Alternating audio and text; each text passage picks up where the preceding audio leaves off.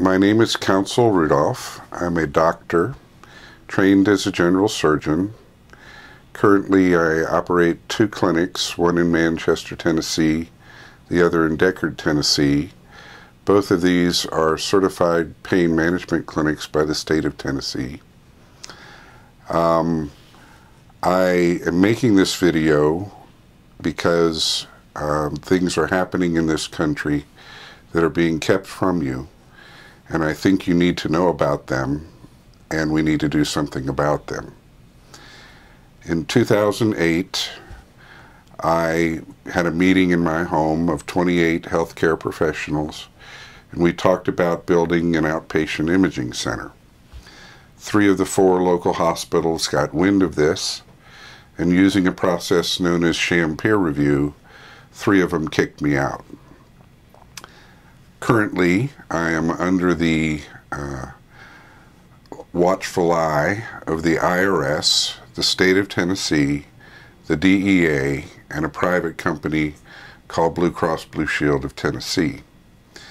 You would say I might be in a bit of trouble, but being in trouble sometimes gives you an insight into what's coming, and that's why I'm making this video.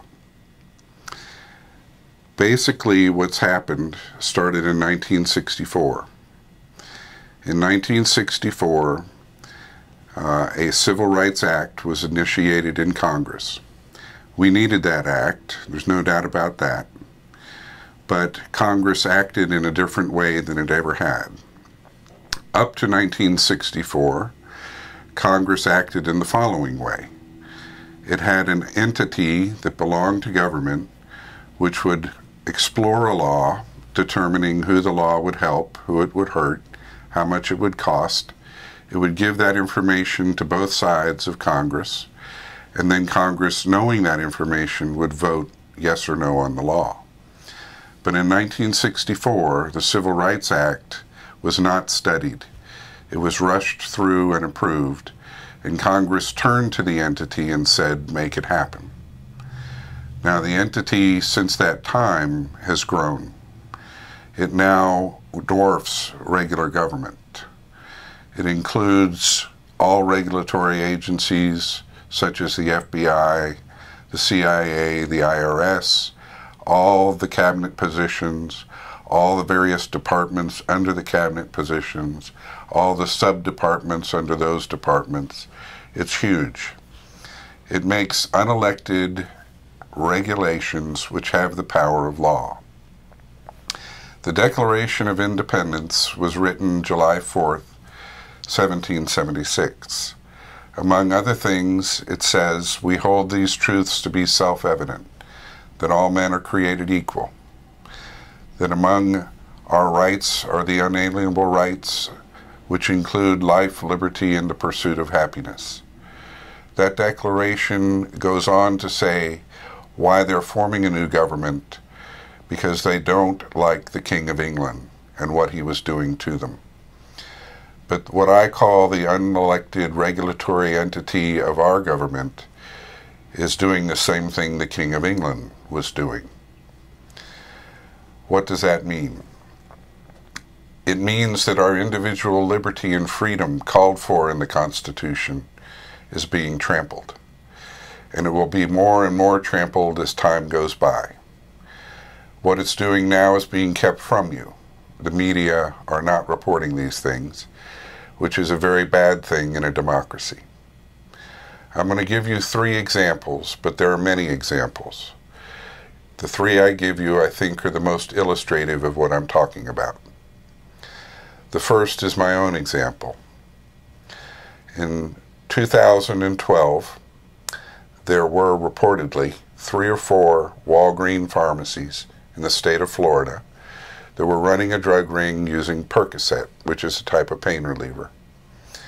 The DEA reportedly was called in to fix that, and because Walgreens is national, used it as an excuse to take over all controlled medicines in the country. From January 1st of 2013 to January 31st of 2013, you could not get a Percocet in Franklin County, Tennessee. After a week of that, I called a local pharmacist and asked what was going on.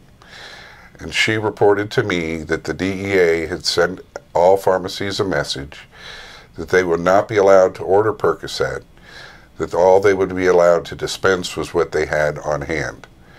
She had already run out the month before, so she could not give any Percocet out. I called the next week, was told the same thing. I asked what happens if she tries to order it. She told me a $150,000 fine. I asked if she'd ever, as a pharmacy, been treated that way by our government. She said never.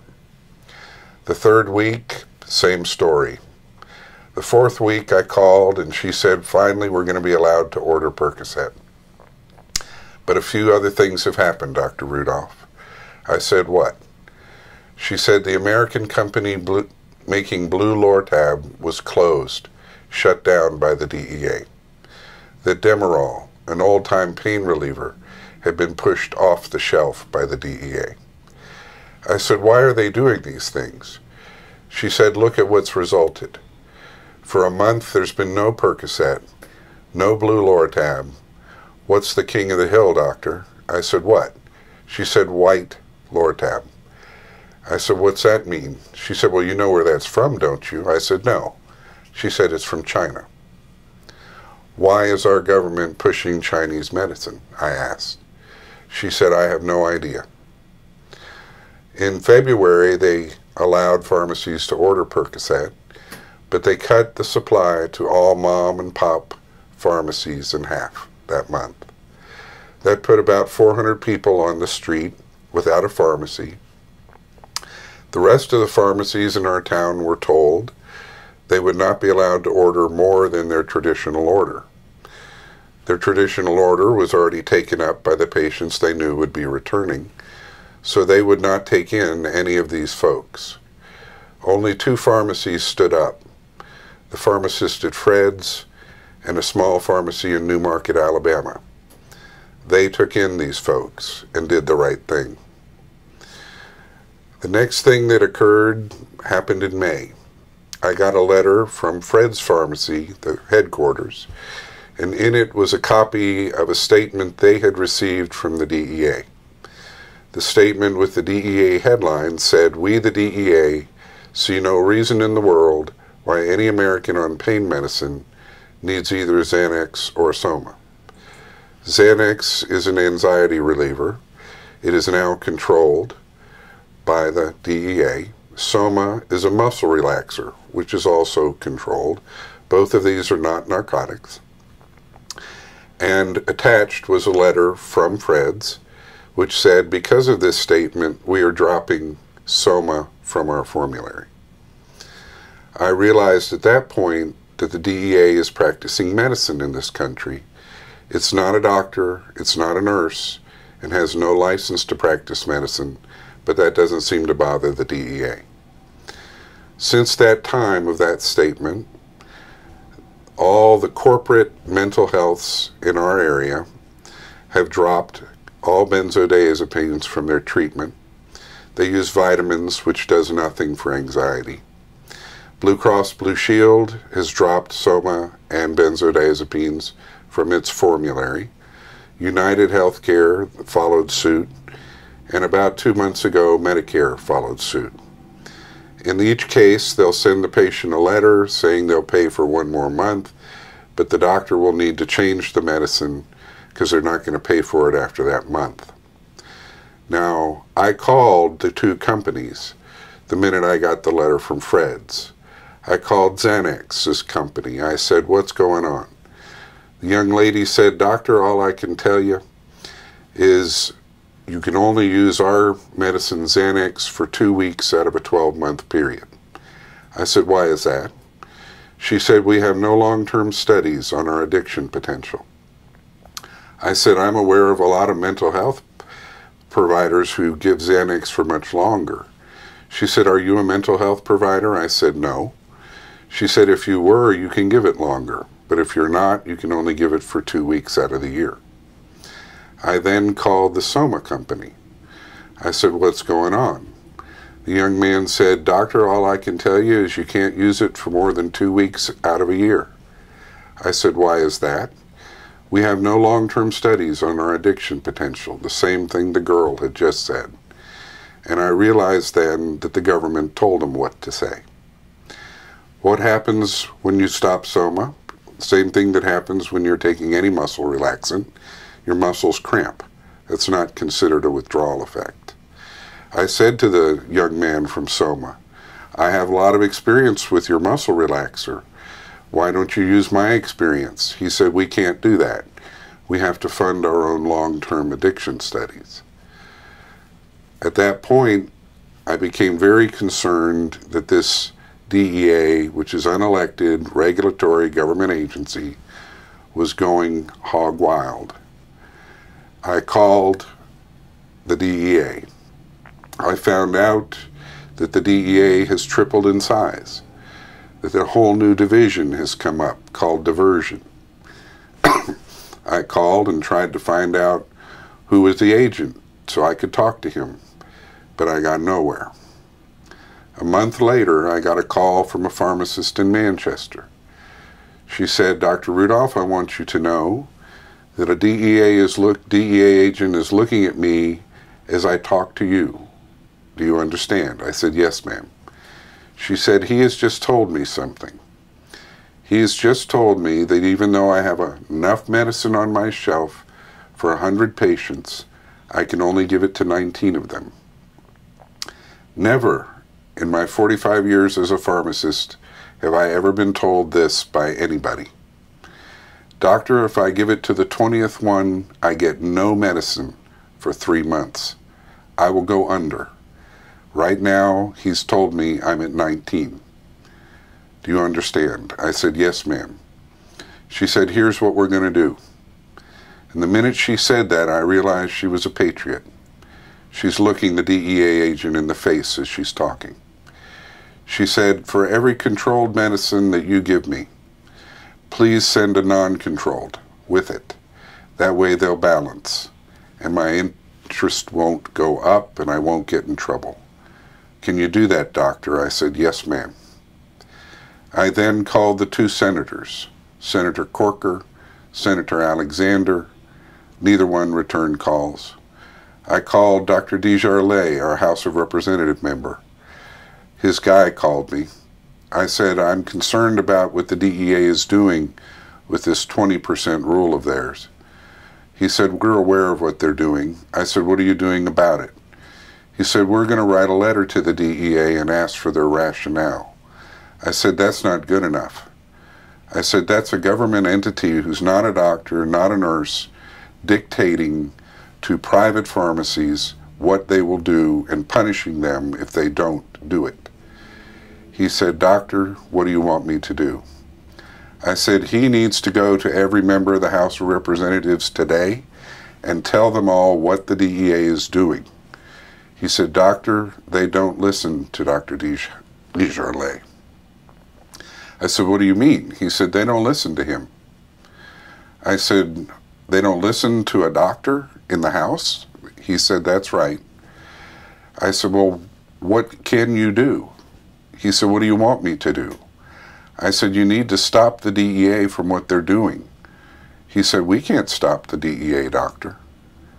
And I hung up the phone. I called the DEA back. Got pushed over to diversion again. Talked to the same young lady. She said, he's busy. I'll give a message. I didn't hear anything again. I called back a week later. She gave me his name and his cell phone. I talked to the agent in charge. He said he could not talk to me without permission of his boss in Washington. That if he got permission, he'd call me back. That if he didn't, I wouldn't hear from him. I've never heard from him.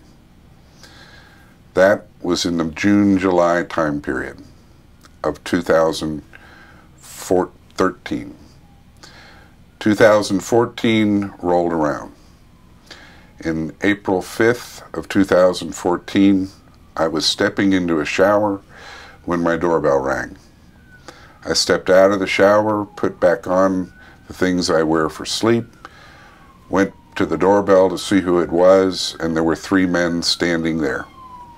I recognized one of them. he had tried to come through as a patient in my clinic. When he came through as a patient, he was very memorable. He told my front desk he was there to have low back pain evaluated. He told the nurse who did his vital signs he had low back pain. When I walked in and said, "Tell me about your back pain," he said, "I want Xanax. I want it right now. You've got to give it to me. I'm under tremendous strain." I said, "I can't do that, sir." I said, "Tell me about your back pain." Again, he said, "I want Xanax. You've got to give it to me." I said, "I can't do that." And I told him the story of what happened to a Dr. Howell from South Pittsburgh. How Dr. Howell had been eating dinner with his wife at a local restaurant, how a very distraught young woman, a patient of his, had come to the dining room table of his and said that her father had been killed in an auto accident. Could he please write her some medicine to help her get through with this? He wrote her a prescription for 10 Xanax. The next day, she got in her own auto accident. Someone else was killed. The police, came to see him in his office. They said, "We need a copy of the script." He said, "I don't have one." They said, "We need the clinic note." He said, "I was in a restaurant. I was not in the clinic." They put him in handcuffs and took him to jail. Several days later, the Health Department of Tennessee stripped him of his license. He was taken before a judge in Chattanooga. She said, "Are you Mr. Howell?" He said, "I'm Dr. Howell." She said, "Not anymore, you're not. Did you write that script?" He said, "Yes, ma'am, I did." She sentenced him to 30 years in the Stillwater, Oklahoma penitentiary. He was shipped out the morning of his sentencing. He's 74 years old. This is the story I told that man when he asked again for Xanax. I said, "Get up on the table. I need to examine you." I was convinced that he was going to tell somebody he complained of back pain and that I didn't address it. So I addressed it. I examined him. And much to my surprise, one of his paraspinal muscles was very tight and the other was very soft. He did have back pain on exam. He didn't say anything, though. I asked him to sit back down. I said, "You need an x-ray of your back." He didn't say anything. I said, "I'm going to give you a week's worth of medicine, which is a narcotic called Lortab and a muscle relaxer Soma." I explained the medicines and their risks to him. I said, "Next door, we can do your x-ray." He went and got his x-ray and a week later came back. Sure enough, he's got degenerative disc disease. He's got bulging discs and arthritis. I told him the results of the x-ray and that this qualified him for pain management. He said he didn't want it. He wanted Xanax. Again, I told him if he wants Xanax, go see a mental health professional. If that professional will write me a letter, then I can put it in his chart and write the Xanax. Otherwise, I'm not writing it. He left in a huff. He's the one ringing my doorbell at 7 o'clock in the morning. He's got an older colleague with him from the DEA. I suspect this is the gentleman I talked to on the phone. And next to him is a guy from the health department. I invite them into my house. I had a flood in January. I have plywood flooring. I have pipes sticking up through the flooring. I have no furniture. Everything has been shoved into the dining room. I pull out dining room chairs. They array them around me, and they interrogate me at 7 in the morning. I'm wearing sleeping clothes. I have no glasses. I'm unshaven. I'm barefoot. The young one who posed as a patient starts off. He says, "Tell us how you run your clinic." So I told him. I told him how I handle new patients, how I rotate the medicines, how I do drug screens on every visit, how I follow the drug screens, how I discharge people and why I discharge people. Then he and the other DEA agent looked at the health department official. He asked me about OSHA, he asked me about infection control, he asked me about documentation. I told him that I had a brand new office manager, that we had the documents, but it might take her a little while to find them. He then turned it back over to the DEA agents. The young agent said, "Have you ever treated someone with pain medicine who wasn't in pain?" I said, "No." He said, "Well, you treated me." He said, "I wasn't in pain. You told me that I needed pain medicine. I never complained that I was in pain. You didn't even examine me. You sent me for an x-ray. You told me my x-ray was abnormal. You were going to give me pain medicine and I wasn't in pain." I said to him, "You were lying then and you're lying now, and that's called entrapment." He said, "Whoa." His colleague then said, "Doctor, we know it's a fact. You are prescribing medicine for patients you know are selling it." I said, "No, sir, I've never done that." "Oh," he said. His young colleague then said, "Are you aware that some of your patients have overdosed and died?" I said, "Yes." He said, "Do you know how many?" I said, "I don't keep count." He said, "Well, what do you think about that?" I said, "This is what I think. If someone is intent on committing suicide and they say it to me, they get no medicine. They get an immediate trip to a mental health facility. So they know that. If they want to commit suicide, they're not going to mention it to me. Then they go to a pharmacy. The pharmacy has an independent evaluation. They can refuse any patient for any reason at any time. Are they going to mention it to them? No. The pharmacist is the one to dispense the medication. I said, once the medicine is in their hands, you, the DEA, nor me, nor the pharmacist can do anything to prevent that patient from jumping off a bridge, shooting themselves in the head, slitting their wrist, overdosing on blood pressure medicine, overdosing on Tylenol, overdosing on vitamins, or overdosing on the medicine I wrote and he dispensed. Is that my fault? I don't think so. Is it the pharmacist's fault? I don't think so. That's what I told the DEA. At that point, I asked them some things. I said, "Why did you close the American company making blue Lortab?" The DEA didn't say anything. "Why did you push Demerol off the table?" The DEA didn't say anything. "Why did you come up with this 20% rule? That really hurts small pharmacies."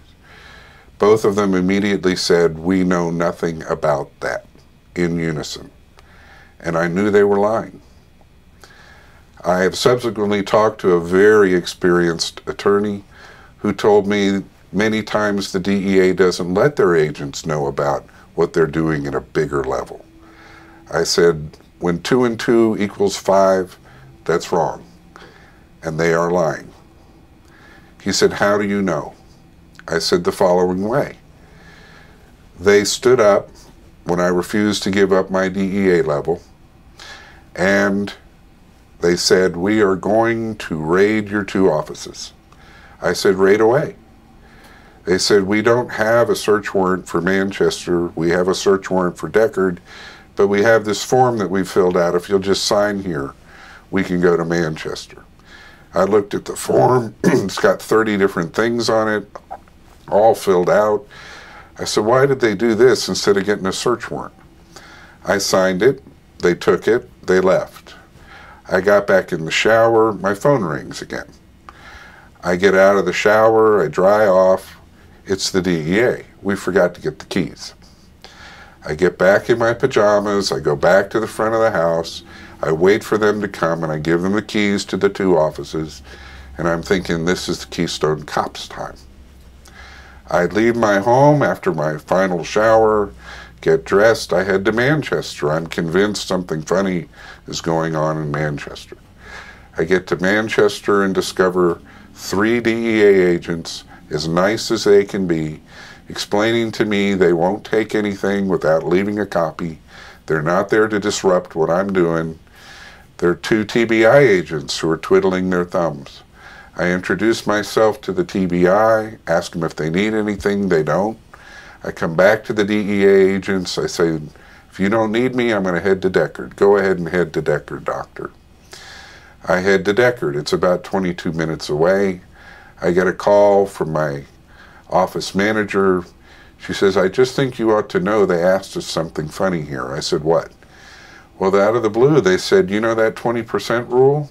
The pharmacies did that to themselves. 2 plus 2 equals 5, I said. That's not true. The pharmacies did not do that to themselves. But why is the DEA saying that? I get to Deckard. My office parking lot is full of cop cars. The sheriff is there in full force.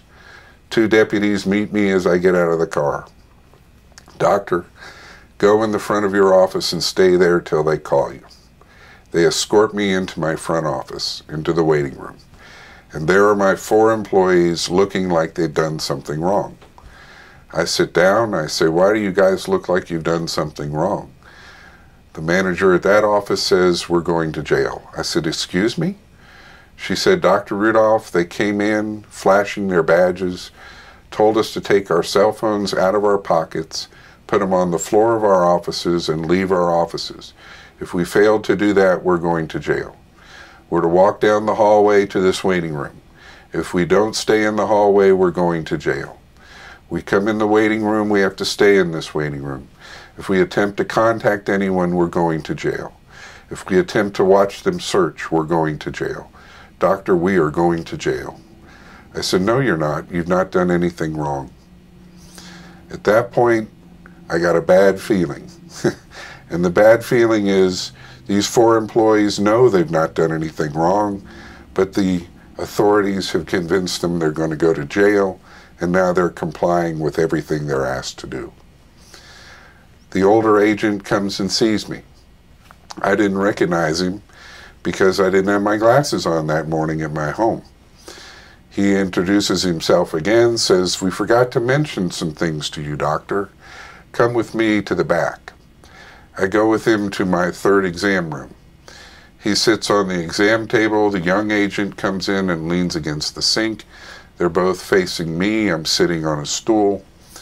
The older agent says, you're not cooperating enough. I said, excuse me. I invited you into my home. I answered all your questions. I gave you the keys to the offices. I'm not obstructing anything you're doing in either office. What do you mean I'm not cooperating? He said, look at me. I looked at him. He pointed his finger at me. He said, I'm going to indict you and put you in jail. I guess I didn't look frightened. He got quite pissed off. He said, you don't get it. You never get it. You just wait, doctor. When those indictments come down, you're going to sing a different tune. I said, I don't think so. I've not done anything wrong. He said, doctor, I put drug kingpins in jail. I put cocaine cartels in jail. I put heroin. I said, I'm none of those things, sir. He said, it is very clear you are breaking the law. I said, I'm unaware I'm breaking any law, but if it's that clear to you, tell me what it is. His mouth dropped open. Then he looked at the ground. Then he looked up at me and said, I cannot go over grand jury testimony with you. And I thought, uh-huh. I said, what is it that you mean I'm not cooperating enough? He said, doctor, you need to voluntarily give up your DEA license. And I was immediately struck with the fact that here is a government agent who's just threatened my life, my liberty, and now he calls what I'm about to do voluntary. I said, no, sir, I've done nothing wrong. The young agent gets off the sink. He says, we're going to do to you what we did to Dr. Howell. I looked at him knowing that he remembered what I said, and he says, you know, we reduced the 30 years to just 4 because he is 74. I didn't say it, but 4 years to a 74-year-old man might as well be 30. He stormed out of the room when I said I'm not going to give up my DEA license. The older agent stood up, time for me to go. I stood up and walked up to him. I said, you better be sure of what you're doing. Realizing he's not a doctor, he's not a nurse.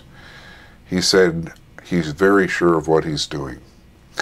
I stepped out into the waiting room again. My employees say, doctor, while you were in there, one of the policemen came out and asked for gloves.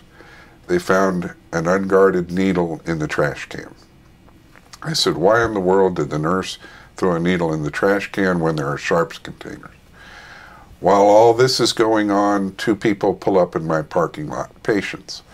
An older woman from the Manchester area, seen by my nurse practitioner. She's come over for x-rays. They have her back the car up. They tell her to get out of her car. Who are you? I'm so-and-so. I'm here to get x-rays. Who ordered the x-rays? My nurse practitioner. That's not true, ma'am. Dr. Rudolph ordered those. I wouldn't know Dr. Rudolph if I were seeing him, she said. You're lying. She said to him, you have no call to call me a liar, sir. They went through her purse. They went through her car. While that's happening, a young patient of mine pulls up. He's been to see a mental health provider. That provider provided him with a letter to bring to me. He gets out of his car. The cops say, why are you here? I've got a letter from my doctor. Let's see the letter. I don't have to give you the letter. Give us the letter. I don't have to give it. It's my letter for my doctor. You don't have a search warrant. I'm not giving it to you. Then you have to talk to the detective. The detective goes out, give me the letter. I'm not giving you the letter. Then do you have your pills? Yes, sir. Come over in my vehicle, we'll do a pill count. He's in the detective's vehicle, he looks over, the cops are going through his car. He hops out of the detective's car, tells the cops, get out of my car.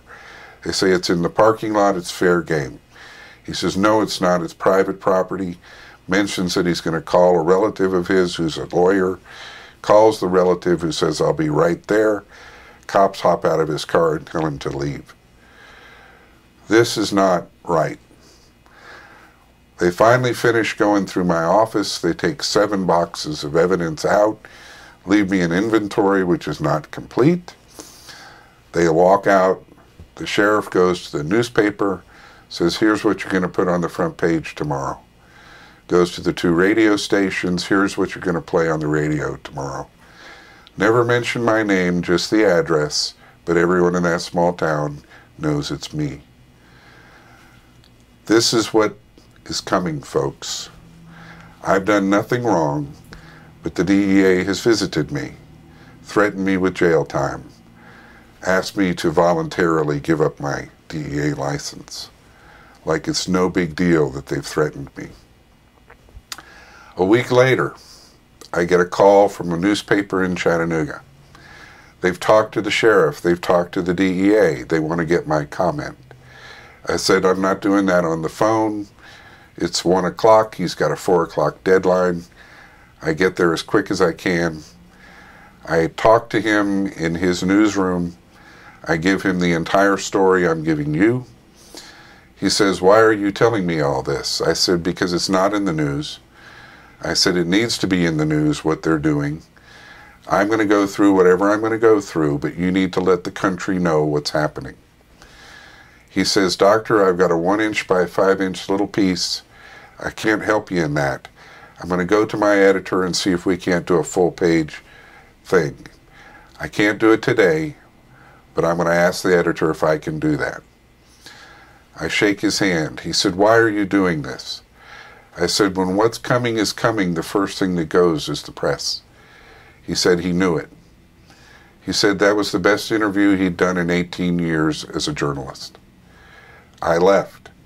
Going back up the mountain, coming home, he called me on the phone.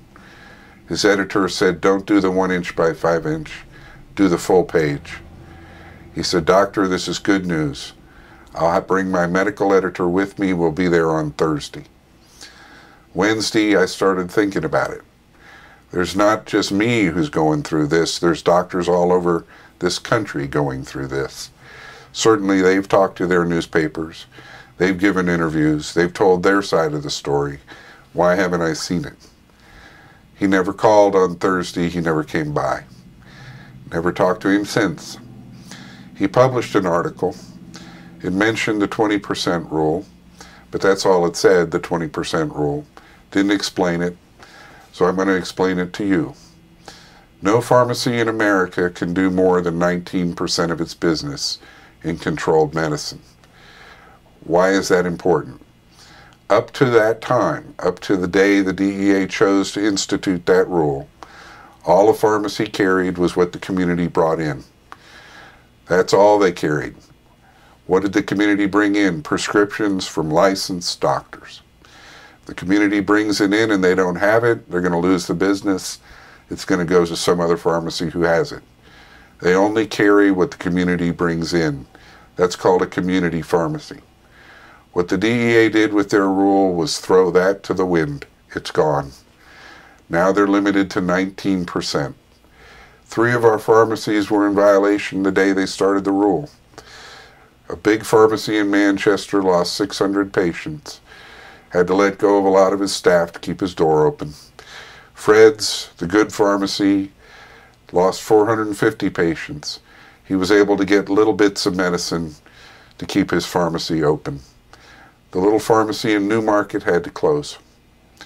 The other pharmacies saw what happened to these 3, because the penalty if you do more than 20 or more % in controlled medicine as a pharmacy is you get nothing for 3 months. That's what happened to those 3. Most of the pharmacies in the county I live in are small, and they don't shoot for 19%. They don't want to get anywhere near in trouble. They shoot for 15% or lower. What does that restrict them to? Well, it's a volume issue.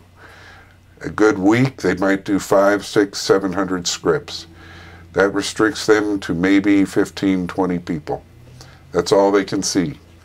And they're very strict about who those are, and they won't let anybody new into that group. What does that mean? The state of Tennessee has a law. It says if you can't find your controlled substance pharmacy in your own county, you are only allowed to go to counties that your county touches. In Franklin County, we touch everything as small as we are. But we have a border with Alabama, and that's fortunate for us. In a big city, say Huntsville, Alabama, 1.5 million people, Chattanooga, 1.1 million people, Murfreesboro, 1.2 million people. The pharmacies there see between 8,000 and 10,000 scripts a week. They can see between 1,000 and 1,500 patients. In the same week, we can see 20. This is why it benefits big city pharmacies and punishes small community pharmacies. And that's not fair, but that's what the DEA has set up. I know that's wrong, and I know that hasn't been publicized. I'm publicizing it now. The second example I will give you is also from my own experience. In late 2013, I received a blue card in the mail. It said the new Department of Transportation physical would be starting in May, and if I wanted to be able to do those, I had to attend a government-sponsored course. This was an advertisement for the course in Chattanooga in February of 2014. $300. I paid $300, and in February I was in the hotel in Chattanooga. Only 5 doctors showed up. I was one of the 5. The lady who came was a nurse practitioner from Washington. She said she had been one of the architects of the new physical, that this was not unusual, that there were only 5 of us. Nationally, there would only be 200 or so doctors who would be authorized to give these physicals. She suggested that we bring in more money, charge more, in other words, since there were only 5 of us, that we would have to take the course she was about to do, a 3-hour course. We would have to different day pass a test, pass the test on a different day, and if once we passed the test, had a certificate for the course, we would be given a special federal number and a special federal physical form. As of the 1st of May of 2014, she said a trucker will be pulling into a way station. He or she will have to show the form in the window. If it's the wrong form, or it's the right form but not one of your numbers in the window, the trucker will be told to get out of the truck. That got our attention. She then proceeded in 3.5 hours to describe all the things that will flunk a trucker during his exam. The prior exam gave allowances for high blood pressure as long as it was treated, diabetes as long as it was treated, different medical conditions as long as they were under successful medical treatment by a physician. But in the new DOT physical, that will flunk everybody. You can't be overweight, you can't be short of breath, you can't have chest pain, can't be on any medicine for any reason. If you're on any medicine at all, it flunks you. If you have low back pain, it flunks you. If you have arm pain, shoulder pain, leg pain, it flunks you. Everything flunks you. She finished her 3 hours. I walked out and thought, where have I heard about this physical? And then it hit me. This is the United States Army entrance exam. I know. I was in the Army for a long time. What they'll get is very healthy 18 to 25-year-old men and women. The problem is they don't know how to drive trucks. And that's a big problem. When you look at who really causes accidents with trucks, yes, there are accidents from people who are older with back pain, leg pain, etc., but they fail in comparison to the new trucker in his or her first or second year of trucking. That's where most of the accidents occur. And what this small group of unelected regulatory people from our government have done is they are slowly going to rapidly change trucking in a big way in our country. The very next day from the meeting, I call the United States Trucking Association. I say, trouble's coming, 1st of May, you need to do something. We've got a guy covering that, she said. Guy gets on the phone.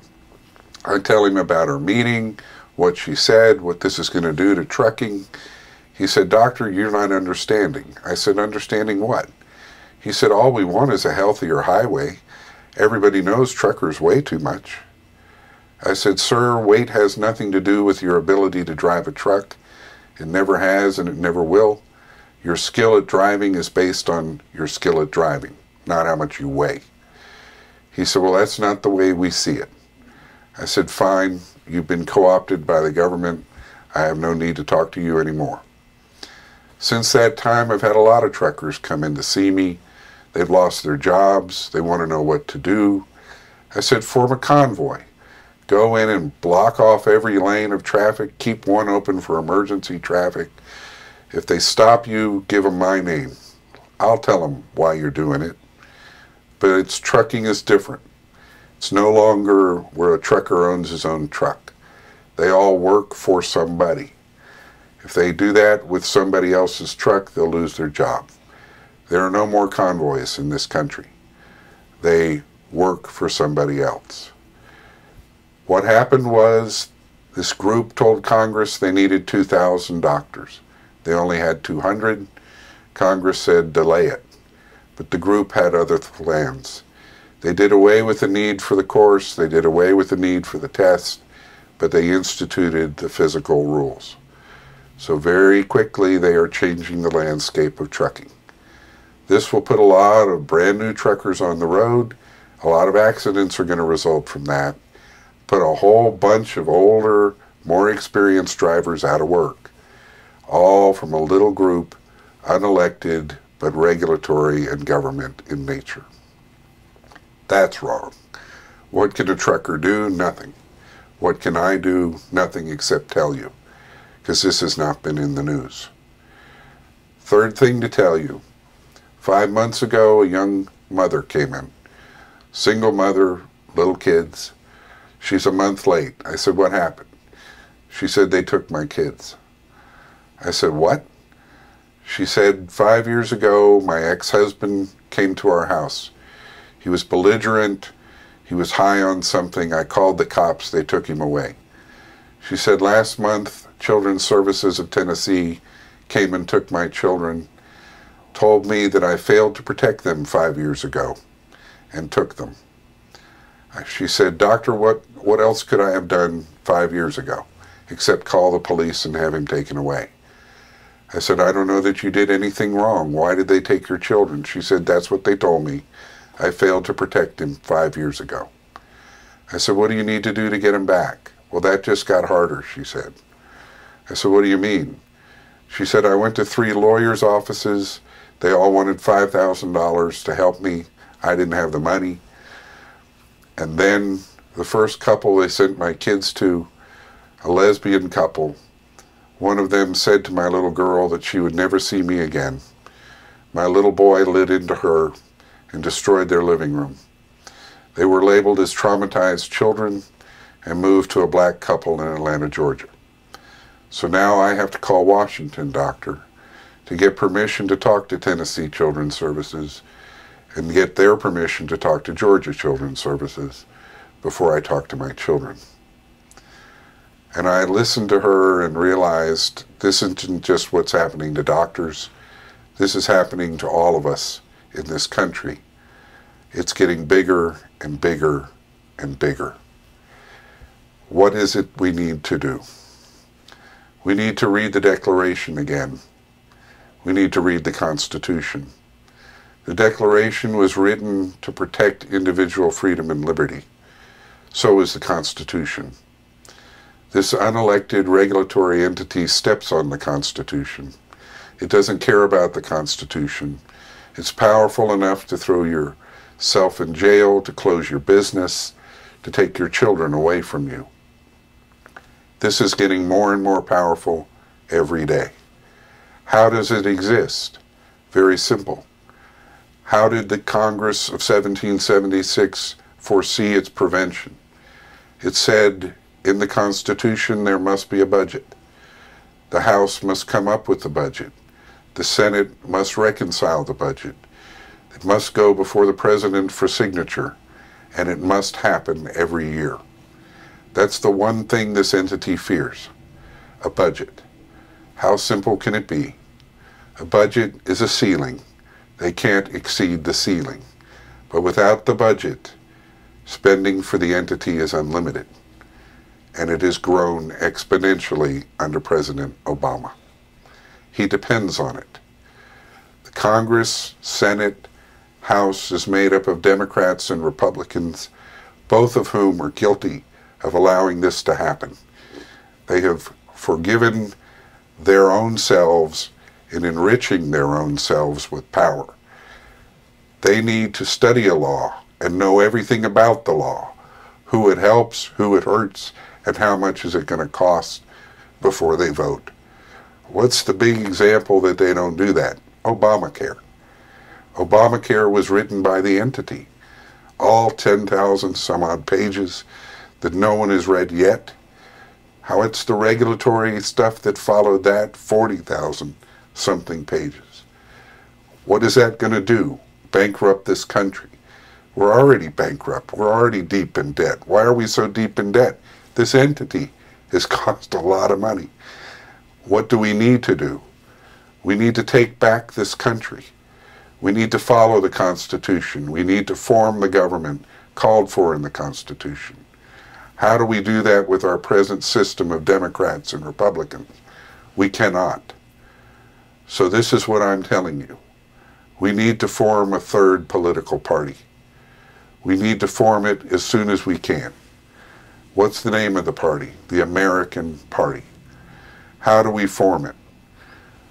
You watch this video. You go to the website. The website is www.thetrueamericanparty.com. True American Party was chosen because on the web there are several thousand American parties. Some of them are porno sites. I don't want you to get confused. We're not that. We're the True American Party. What are our principles? 1, to restore the Constitution. 2, to restore the government called for in the Constitution. 3, to return to the states rights that they belong to. 4, to eliminate the power of this unelected regulatory entity of government. How? By forming a budget and controlling it. We need to do this as rapidly as possible. When you go to the website, it will ask all the demographic data. It will ask, do you want to be a member of the House of Representatives? It will ask, if you don't, do you know someone you would recommend? It will ask if you want to be a member of your state Senate. If you don't, it will ask someone to recommend. With 6 months to go, the people in our party from that state will learn the names and they will vote, and we will try and elect the people from our party to those positions in that state. We will need to have a presidential candidate, but we need to build power first. And power will have to be web built. There's no way to do this any other way. Watch this video. I've pissed off the IRS. I've now pissed off the state of Tennessee. I've certainly pissed off Blue Cross Blue Shield, and I undoubtedly pissed off the DEA. They will come after me with knives. Let them. I pledge you this. Whatever they do to me, shut my door, take my license, throw me in jail, I will not stop until we get this country back. The thing that I want to make mention of, especially why this will work, is that 96% of us come from or work in or live in small towns. We are quiet people. We fight the wars. We do the jobs. We are the heartbeat of America. We need to take this country back, and this is how we need to do it. Thank you.